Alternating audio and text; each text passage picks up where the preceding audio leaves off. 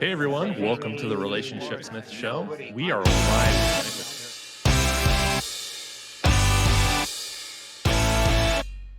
how, if somebody wanted to say find a publicist, at what point in their career, be it an actor, musician, YouTuber, when should they seek out a publicist? When is the best time to reach out to Lesley Diana and say, "Hey, I need a publicist. Would you consider it?" They should approach a publicist when they have a significant role. Let's talk actors. When they have a significant role that I can pitch and get interviews. I've definitely had a number of actors over the years that have had 2 or 3 roles, and they maybe have 2 or 3 sentences and so I sadly have to say, sorry, I don't think you're ready at this point for a publicist, because there's not enough to talk about and share. And quite honestly, if they've only had a couple of roles, they may need their money more for rent than for me. Fair. And I love that. Yeah. And so I have to, be honest with them and appreciate the fact that they reached out and they want to expand and with their career. But at the same time, I have to be practical, because I want my clients to get results. And if there's not much to talk about, if you've got an hour-long show, you'd probably run out of things to ask them in 15 minutes. So I just have to, tell them, look, keep me in mind when you book that big role. I'm here for you. But this, I don't think, is the right time. Fair. No, I like the fact that you don't just give me the money and we'll see what we can do. That's right. And there are people out there that do that for whatever the job is. That's right. And it's heartwarming to see that, you probably should pay rent and don't worry about me so much. I'll be here whenever that's not a decision between, a good meal and a good press release. Exactly. What should someone starting, say they get their first okay role or third or whatever, they reach out to, not you, I don't want to know your prices, but what should they expect to pay? What would a price range be ish? What would you think is fair? Now, and I know it's a lot of vagary in here, so. It is, because I really only know what I charge. I'm definitely curious about what other publicists charge, but I never ask. I think it's getting back.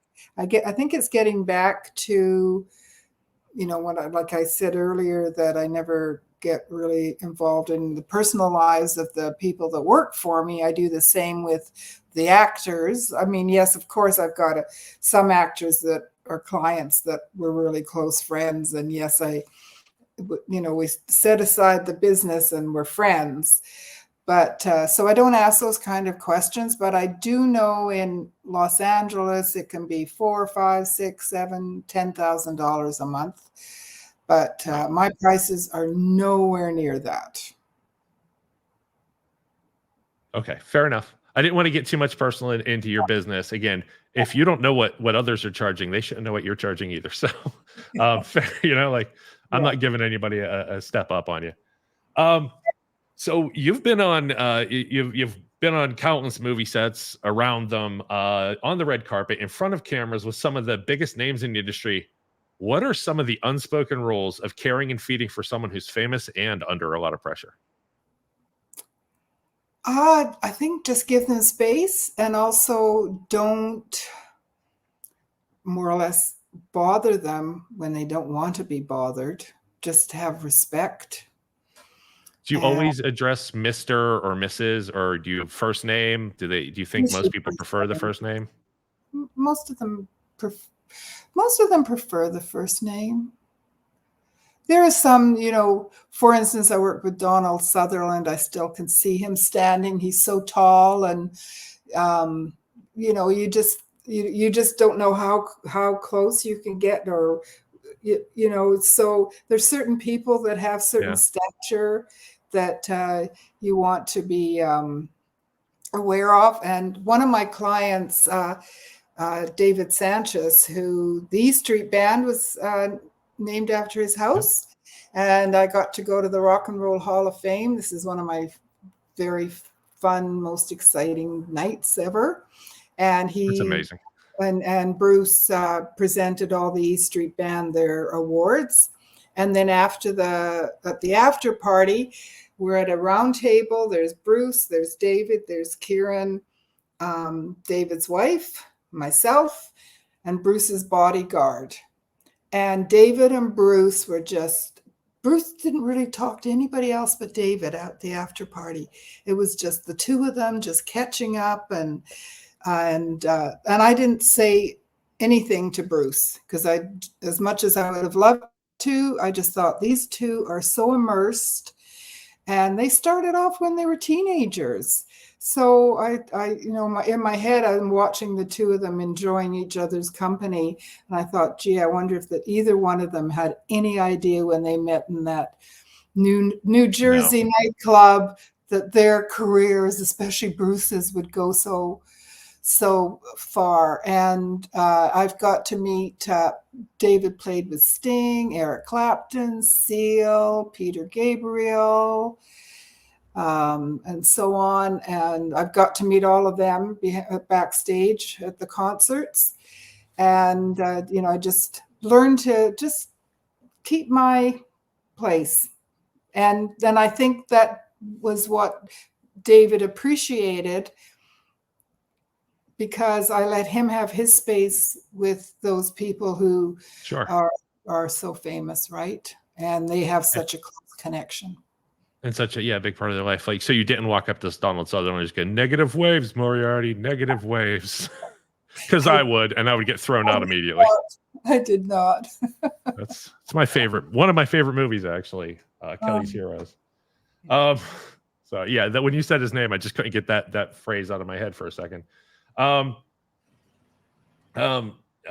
you do meet someone famous, a movie particular, do you feel like you have an obligation to watch their catalog of movies or their big hits, so you don't go and like, no, I never saw Big, Mr. Hanks, I'm sorry, like, or is that okay? Like, they don't expect you to? Well, you really only get so much time with them. It's not like we're going to, there's the occasion that you do sit down and have a drink afterwards, or at the rap party or whatever. You do have those opportunities, but mainly when you're on a set, it's work. And I only get them for such a short period of time because their job is there to film the film. And yes, the promotion part is important, but it also takes away from the filming. So you just have to basically, as I said, get in, get what you want, and then get out and try to schedule it and really get good relationships with the first AD and the second AD and the third AD, so that, because they're the ones that manage the schedules of the actors and bring the actors to me so I can have the interviews take place. Cool. At a good time for everybody as well. So right, yeah, it's an important person to have respect you. I'd imagine, like they know you're not going to return their actor like upset in any way. Like, exactly, they're going to come back fine. Yeah. Or come across like you're a great big fan and get a little crazy, as some people do. How do you meet? Because I mean, I clearly there are some people that like, wow, that's a huge deal. How do you not get the giddies or the when you meet somebody who perhaps you've idolized for a while, or somebody is huge, and you're like, I get to work with this person? Does that ever go away? Not really, and it's kind of fun. And I just say it to other people. I remember when I worked with Joe Lando. I don't even recall right now what the name of the movie was, but I mean, he was so darn cute. He was the doctor with medicine doctor with Jane Seymour. Was it with Jane Seymour, or just a minute? Who was that? I know she was Medicine Woman, right? Medicine Woman, yes. And he was, and I mean, he was just so cute and so nice and so on. And he just had such a cool name. We'd go, oh, Joe Lando. But, we'd just say it with, maybe the costume designer or somebody else on the set. I mean, I would never let Joe know that I'm thinking he's so darn cute, but right. Anyway, Dr. Quinn, medicine woman. Yes, yes. Sorry. So that was, yeah, so that was fun.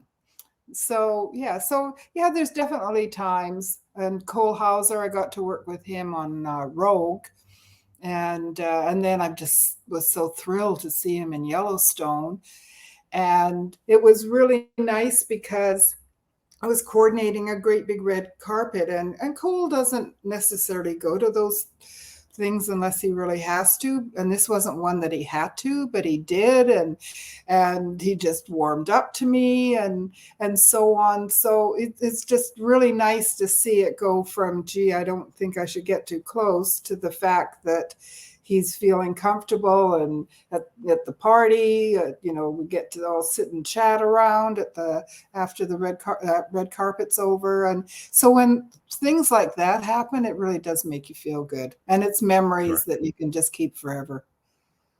Do you think sometimes you have this job also just for the memories? Like, yes, it's a career, it's a paycheck, it's all those things, but the memories, Oh, and once again, I just never in my wildest dreams, when I graduated from university, thought that this is where my life would take me. But it's just been wonderful.